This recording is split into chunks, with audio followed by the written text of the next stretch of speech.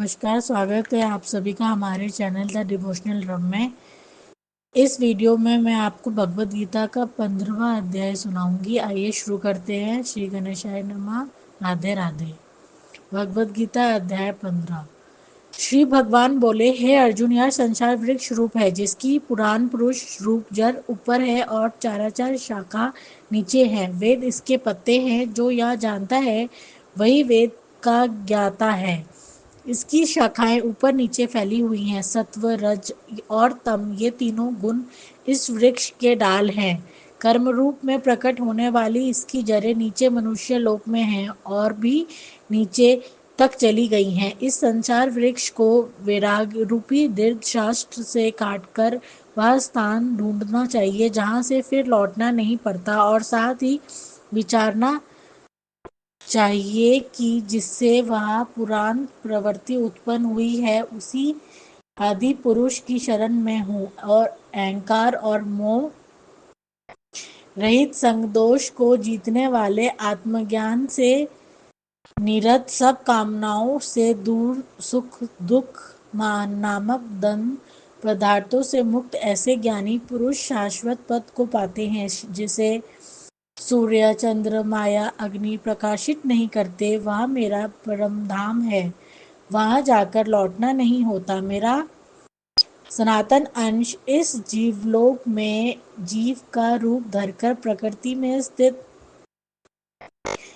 पांचों इंद्रियों और छठे मन को उससे छुड़ाता है। जैसे वायु पुष्पादिकों की गंध को दूसरे स्थान में ले जाती है, और इसी प्रकार वह देह स्वामी शरीर धारण करने के बाद जब उसको परित्याग करता है, तब इंद्रियों और मन को साथ ले आता है। कान, आँख, चर्म, जीभ, नाक और मन का आश्रय लेकर वह जीव विषयों को भोग करता है।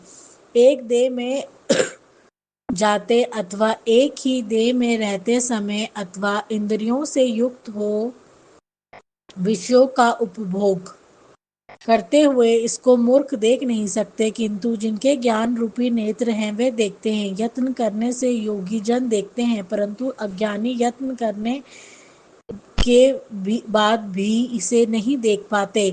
जो तेज सूर्य, चंद्रमा और अग्नि में वर्तमान है और जो जगत को प्रकाशित करता है, उसे मेरा तेज जानो। मैं ही पृथ्वी में प्रकाश कर अपने तेज से समस्त भूतों को धारण करता हूँ और इनमें भरा हूँ। मैं जठराग्नि होकर प्राणियों के देह में प्रवर्तित हूँ और प्राण वायु आपन वायु से जिमकर चारों प्रकार के भोजन किए हुए प्राणियों के अन्न को पचाता हूँ। मैं संपूर्ण भूतों के हृदय कमल में निवास करता हूँ। मुझसे ही स्मृति, ज्ञान और उसका नाश होता है। सब वेदों में जानने योग्य मैं ही हूँ। वेदांत का कर्ता और वेदों का ज्ञाता मैं ही हूँ।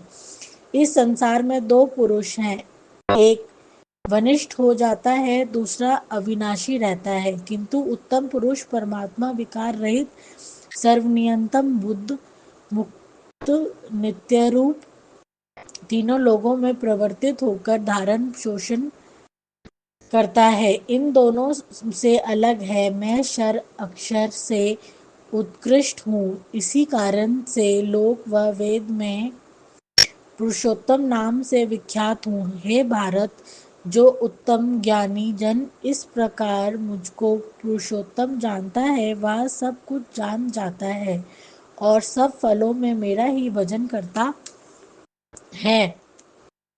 हे भारत, शास्त्र के इस गुह्य भेद को मैंने कहा है। इसे जानकर बुद्धिमान पुरुष कृत्य हो जाता है।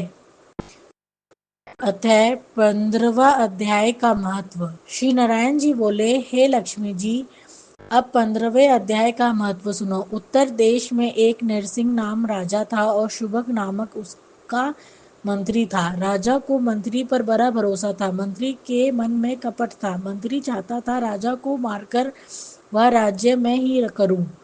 इस भांति कुछ काल व्यतीत हुआ। एक दिन मंत्री ने राजा को मार डाला और स्वयं राज्य करने लगा। समय पाकर मंत्री भी मारा गया। धर्मराज के दूत उसे बांधकर ले गए। धर्मराज ने कहा, हे यमदूतों, यह पापी है, इसे घोर नरक में डाल दो। कई नरक भोगने के बाद उसने धर्मराज की आज्ञा से घोड़े की योनि में संगलद्वीप में जन्म लिया। बड़े घोड़ों का सौदागर उसे मोल लेकर अपने देश को चला गया। चलते चलते अपने देश में आया, तब वहां के राजा ने सुना कि अमुक सौदागर बहुत घोड़े लाया है। तब राजा ने उसे बुलवाया, देखकर घोड़े खरीदे। उस घोड़े को भी खरीदा। जब उस घोड़े को फेरा, तब उस राजा को देखकर उस घोड़े ने सिर फेर लिया। राजा ने कहा, ये क्या कारण है जो कि सर को फेरा? पंडितों ने कहा कि हे राजन, इस घोड़े ने तुमको सिर नवाया है। राजा ने कहा, ये बात नहीं है। कई दिन पीछे राजा शिकार खेलने को उसी घोड़े पर सवारी करके करने गया। वह घोड़ा जल्दी चलता था।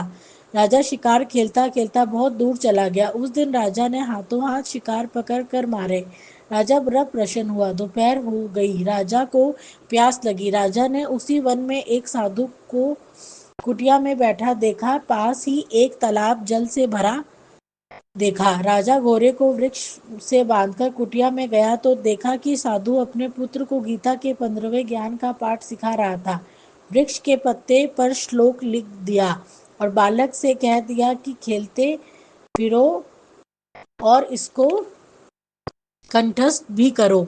जिस वृक्ष ने से राजा ने घोड़ा बांधा वह था, वह पत्ता लेकर उसी वृक्ष के नीचे श्लोक याद कर रहा था और खेल भी रहा था। उस पत्ते को घोड़े ने देखा तो तत्काल उसकी देह छूट गई।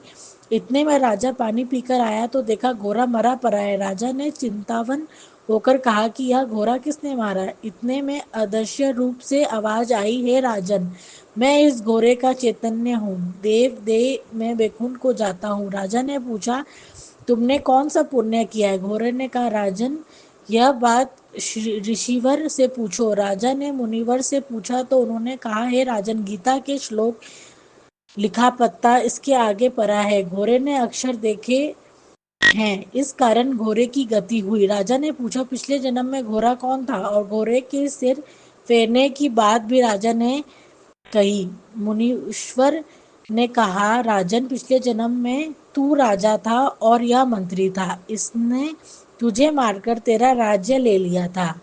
यह मरकर धर्मराज के पास गया। धर्मराज ने धिक्कार कर कहा, इस पापी को घोर नरक में डाल दो। यह नरक भोगता भोगता घोड़े के जन्म में आया, संगलद्वीप से आकर तेरे पास बिका। जब इसने सिर हिलाया तब कहा, हे राजन, तू मुझे पहचानता नहीं, मगर मैं तुझे पहचानता हूँ। यह कह ऋषि चुप हो गया। राजा ने विस्मित होकर दंडवत की।